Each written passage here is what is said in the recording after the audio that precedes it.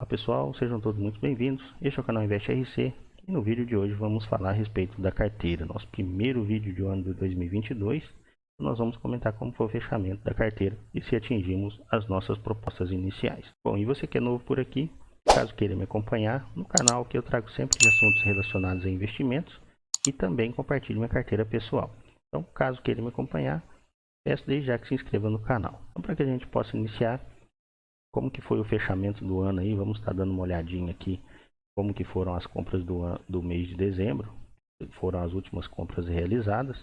Bom, então em relação às compras não tivemos tantos ativos, mas as quantidades foram um pouquinho maiores. Então os destaques aqui ficam para a ES Brasil. Depois eu vou estar fazendo um vídeo também aqui a respeito do porquê que eu estou investindo mais nessa empresa. Então nós tivemos uma compra aí de 20 unidades. Então hoje já está com um total de 110. Então, nosso preço médio de compra foi de R$ 10,94. Nós tivemos aqui também Banco Bradesco, né, BBDC3, foram mais 20 unidades. Nós temos um montante agora de 65 unidades, com um preço médio de compra dessas 20 unidades de R$ 16,72. Nós tivemos também compra de Santander, já fazia muito tempo, quase um ano aí que eu não comprava Santander, devido ao valor também que estava. Então nós saímos aí e fomos para 25 unidades. O preço pago por cada unidade dessa foi de R$ 31,85. Então, no momento do vídeo, ela está até mais em conta do que isso hoje. Sanepar também nós tivemos 12 unidades a mais. E o MXRF11 para fundos imobiliários, que foi o destaque. Estava num valor de R$ 9,80, estava até menos, mas como eu comprei em mais vezes, então o meu preço médio de compra dessas 35 unidades girou em torno de R$ 9,80. Então isso fez também que o meu preço médio abaixasse um pouco. Então o total hoje que nós temos é de 205 unidades. O Vino também estava aí com 54,92, acabei adquirindo mais uma unidade. Bom, então com isso, nosso total de investimentos esse mês foi de 1.156. De ações foram 758 e quase R$ 400 aí de fundos imobiliários. Os proventos, né? O provento esse mês também foram muito satisfatórios. Hoje nós tivemos um montante de R$ 165 recebidos de proventos. Então desse total, 105,87 foram de ações e 59,65 de fundos imobiliários. Então, lembrando que desde o início da carteira, todos os proventos foram reinvestidos. Então, isso foi utilizado para comprar novas cotas de fundos imobiliários e também outras ações para o portfólio da carteira. Essas foram as compras, as aquisições desse mês e também os proventos recebidos, tá? Não vou falar de cada um aqui, mas o montante aqui a gente já tem uma percepção legal aí do que aconteceu. Vamos dar uma olhadinha aqui em relação a como que estão nossas métricas. Aqui no momento nós estamos com 52% e aqui deveria ser 45%, né? Mas isso faz parte. Nós deveria ser 40% e aqui está com 37%. Então temos ainda algumas coisas para fazer em relação a fundos imobiliários. Em relação à renda fixa também está ficando um pouquinho para trás aqui devido ao fato de estarmos aportando um pouco mais em ações e fundos imobiliários. Mas é normal, às vezes você vai estar um pouquinho mais, um pouquinho menos em outra coisa, mas a tendência é que isso regularize aí com o tempo. Bom, uma coisa também que é interessante aqui, para que eu gosto sempre de mostrar para vocês, é como que a gente estava aí no começo, né, do ano aqui, e agora, depois de um certo período, como que esses rendimentos eles foram subindo, né? Então, ou seja, tivemos aqui aumentos significativos na quantidade de proventos recebidos. Então, chegando aqui aos 165 no último mês do ano de 2021. Bem lá no comecinho mesmo, então aqui a gente pode ter noção aqui em janeiro, foram R$ 28,70 e já em dezembro nós tivemos aqui R$ 165. De maio para cá a gente teve um aumento significativo aí na quantidade de recebimentos de proventos. Imagino que daqui para frente nós teríamos então algo parecido com isso, então, ou seja, nós vamos ter uma parte um pouquinho mais baixo, mas isso tende a ficar oscilando aqui sempre num patamar um pouco mais alto. Então, vamos dar uma olhada aqui como que estão as posições da carteira. Então, hoje nós temos aqui 30% aqui em bancos, tá? Em relação aí a Banco Brasil, Banco Bradesco, Banco Itaú, Banco Santander. 26% aqui em energia elétrica, 14% nós temos em seguradoras, no caso a BB Seguridade. 11% nós temos em saneamento, que é a Sanepar, e também 10% aqui na parte financeira, que é a Itaúsa. Bom, em relação a fundos imobiliários, nós temos aqui 35% já em lajes corporativas, então nós tivemos aqui um pequeno aumento aqui em relação à exposição em lajes corporativas.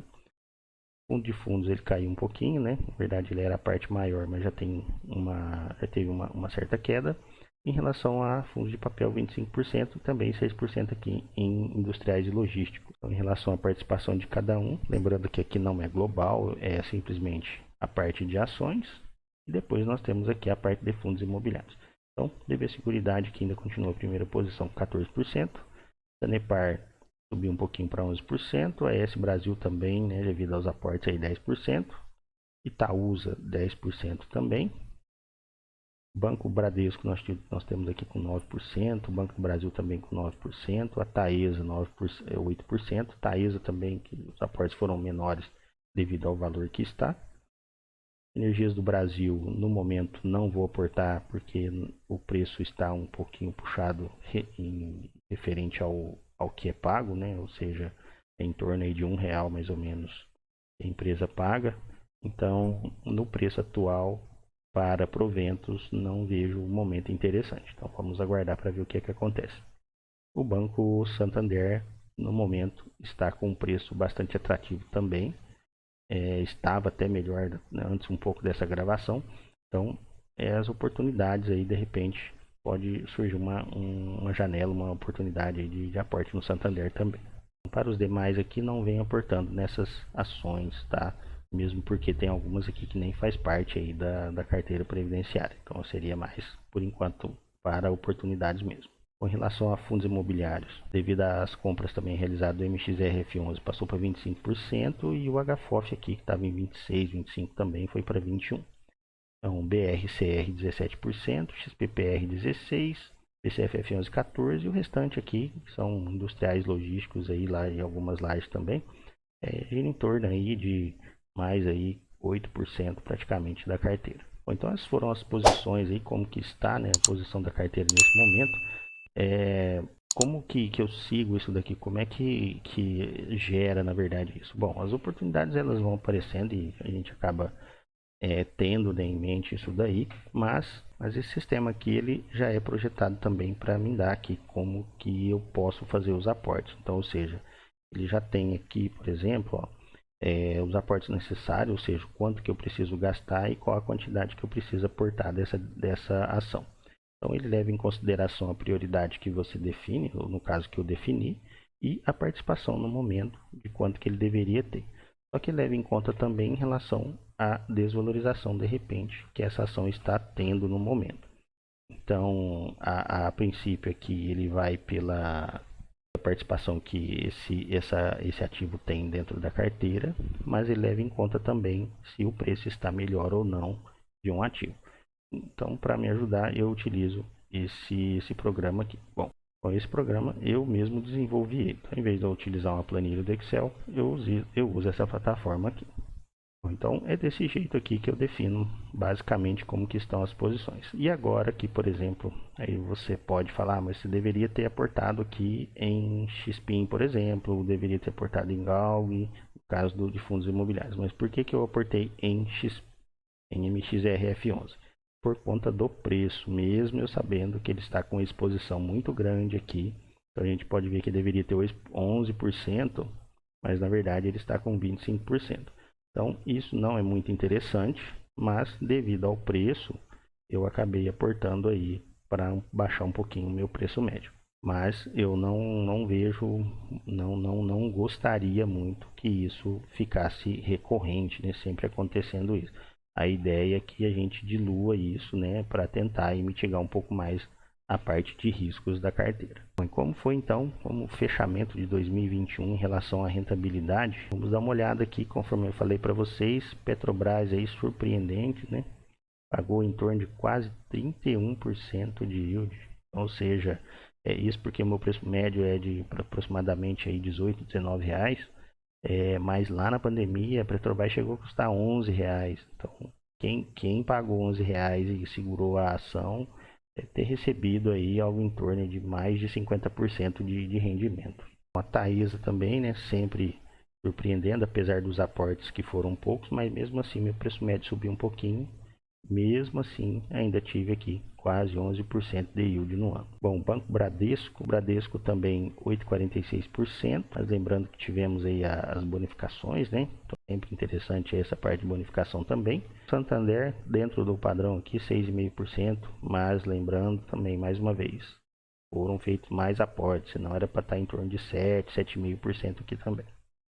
A Enalta está com 4,20, mas na verdade não foi isso, é porque eu vendi algumas posições da Enalta.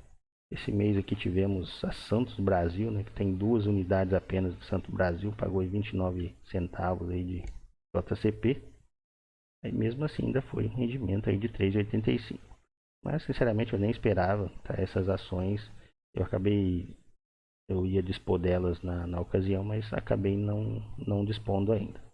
Bom, e depois aqui nós temos Banco do Brasil, nós temos Itaúsa também, então tudo um pouco abaixo aí de 3, apenas Banco do Brasil aqui 3,5%, mas Itaúsa tudo abaixo de 3, pelo menos nesse ano não tivemos aí um rendimento bem expressivo, principalmente de Itaúsa, né? O pessoal tem falado bastante aí, só está andando de lado e na verdade nesse preço que está eu acabei comprando mais esse mês, depois eu vou estar falando um pouquinho mais também a respeito disso. Bom, BB Seguridade também é uma das minhas prioridades, mas no momento vou comprando aos poucos. O Banco Bradesco aqui também tem aportado bastante, né? Então essa rentabilidade que na verdade ele está em 2% praticamente, mas devido ao fato dos aportes que foram realizados neste mês. Energias do Brasil, como informei no preço que está, vou aguardar mais um pouco. E a ES Brasil, tá? Não vejo aí uma perspectiva de grandes dividendos no momento, mas depois eu vou estar fazendo um vídeo aí do porquê que eu estou investindo um pouco mais nessa empresa. A Sanepar também não tenho esse rendimento aqui apenas de 0,24, mas eu não conto aqui a Datacom, é só o que eu recebo na data mesmo que é feito o pagamento. Então, lembrando aqui que a Sanepar ela sempre paga no próximo ano. Então, ou seja, ela anuncia o dividendo nesse ano, mas você recebe só no meio do ano do próximo ano. Então, se for contar o que já foi tido aqui, essa rentabilidade que vai gerar em torno aí mesmo com os aportes realizados em torno de 4% mais ou menos, 4,5%. Bom, em relação aos fundos imobiliários, nós temos aqui esse PPR com R$85, isso deu um montante de 5,83.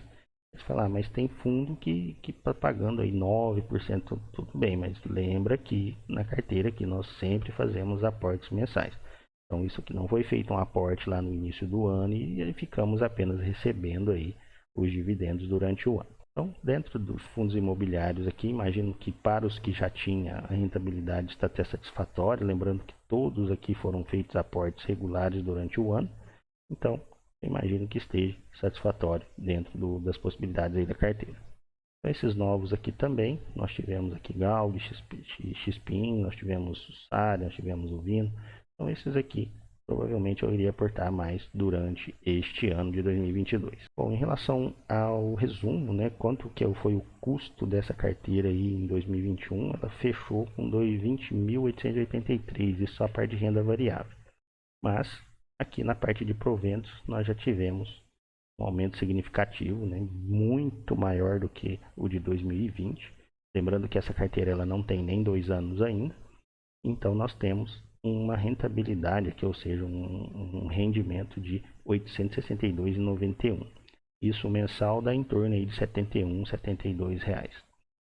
O yield anual fechou em torno de 4,21. Então, como eu informei para vocês, essa proposta inicial aqui era da gente receber R$100 por mês, nesse primeiro momento, atingir essa meta, e também que a gente chegasse no fim do ano com praticamente aí um aporte realizado. Então, 862, dentro do que a gente está aportando aqui em torno de R$900 mil, tirando os proventos que a gente recebe, então eu imagino que essa carteira ela cumpriu com a proposta que foi de ter mais um aporte até o fim do ano.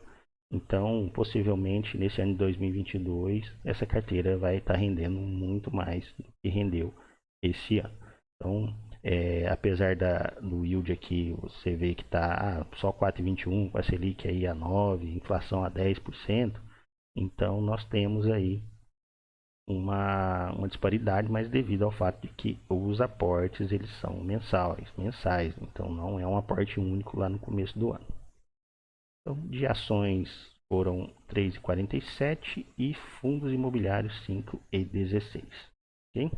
Então, dentro do possível aqui, eu creio que a carteira cumpriu com a proposta que foi definida. Bom, e para esse ano de 2022, como que fica aqui as projeções? Bom, para o ano de 2022, eu vou estar falando aqui a respeito dessas projeções, mas vamos comentar aqui um pouquinho a respeito de como que foi em 2020. Então, de proventos, tá? Vou falar um pouquinho do custo primeiro. De ações aqui foram 3.825 e de fundos imobiliários 3.511. Então, de proventos aqui recebi 59,27 de ações e 54,33 de fundos imobiliários. Então, isso representou aí um yield de 1,55 apenas. Então, ou seja, no primeiro ano aqui, no ano de 2020, em torno aí um pouquinho mais de R$100 aí para que a gente pudesse reinvestir. Então, foi um ano inteiro de investimentos, um retorno aí um pouquinho mais de R$100.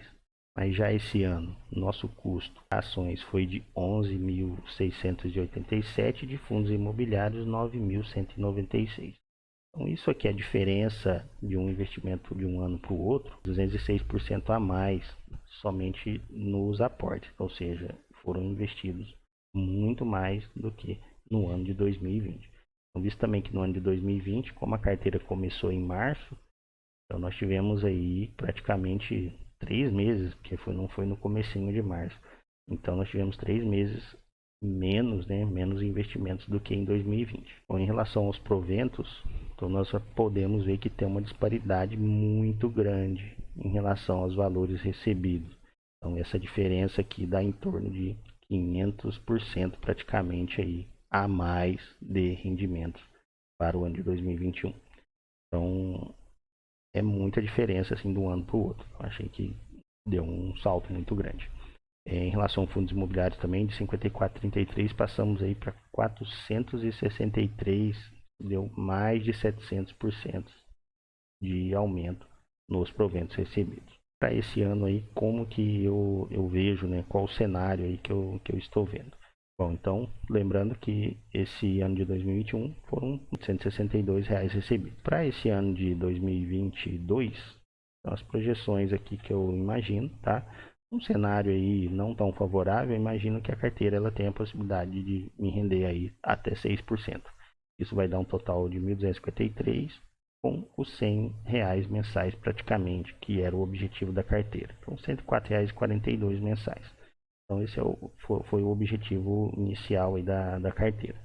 Mas a carteira ela tem possibilidade tranquilamente de me render aí em torno de 7% ou até 7,5% tranquilamente. Então, isso já me dá um rendimento de 1.461, ou seja, praticamente em R$1.500, em torno de R$120 mensais. Então, eu imagino que se não tivermos nenhuma outra complicação aí e as coisas manterem como estão, a carteira ela tem possibilidade de me retornar aí em torno de 7% de dividendos. Tá? Isso só com o que já tem ali, ou seja, eu não vou, se eu parar de investir agora e ficar, ela me retornaria isso e também não reinvestir nenhum dividendo. Então, seria basicamente isso daí. Mas num cenário um pouquinho mais confortável, nós teríamos aí algo em torno de 8,5%. Então já chegaríamos aí próximo de 1.800, próximo de R$2.000 recebidos. Então isso daria aí praticamente quase R$150 mensais.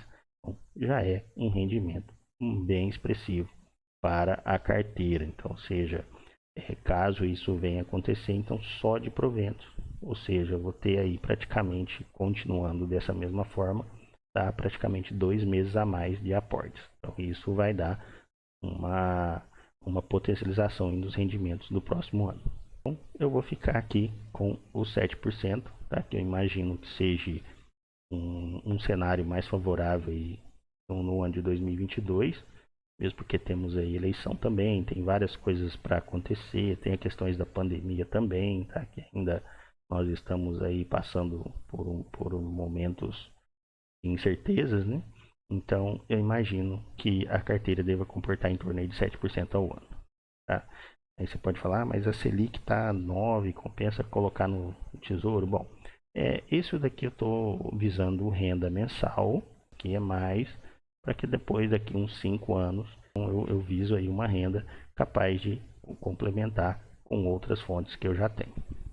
Bom, então, dentro das perspectivas da carteira, as expectativas aqui elas foram alcançadas, né? Então, dentro das possibilidades aqui. E uma coisa que deixa claro que também já comentei aqui, quem lê aí quem lê a descrição do canal aí também já sabe, né, que eu não sou formado nessa área, não tenho nenhuma formação em relação à parte financeira, tá? Então tudo que eu faço aqui é o meu dinheiro mesmo e é por parte dos meus estudos mesmo que eu estou colocando aqui. Eu sou da área da computação, sou especialista em informática. Então, um dos objetivos aí que eu fiz o canal foi justamente a gente propor aqui uma comunidade onde se vê muito falar assim, eu posso investir em bolsa de valores, qualquer um mesmo pode investir. Então, eu não sigo nenhuma casa de análise, eu não tenho nenhuma mentoria. A proposta aqui seria realmente a gente ver se, olha, qualquer um mesmo pode investir na bolsa, será que a gente vai ter problema com isso? Então, devido aos estudos, devido a isso, eu imagino que essa seria a minha forma de investir na bolsa, tá? Então, logicamente que a gente segue os estudos, inclui aí a gente vê o que outras pessoas fazem também. Então, a filosofia de investimento que a gente já conhece aí, o Luiz Braz, que é um grande investidor da Bolsa de Valores. Então, nós estamos dentro dessa mesma filosofia aí. No momento, até agora, no ano de 2021, as propostas elas foram atingidas, mas eu não sei como que isso vai seguir daqui para frente, né? Então a gente tem as projeções, nós temos aí as empresas que a gente investe, eu imagino serem empresas boas, tá? Que devido aos estudos que foram realizados por minha parte, eu imagino também que essas empresas elas sejam empresas aí de setores onde a gente possa ter um pouco mais de segurança. Então, quero deixar claro também que isso aqui não se trata de nenhuma recomendação, nem de compra nem de venda. Ok? Então, por esse vídeo é isso. Eu agradeço aí por terem ficado até esse momento. Não esqueçam, deixe o seu like aí caso gostou do vídeo. E se não for inscrito, se inscreva no canal para fazer parte da nossa comunidade. Então, no momento é isso. Muito obrigado. Até o nosso próximo vídeo e um bom ano aí para todos nós.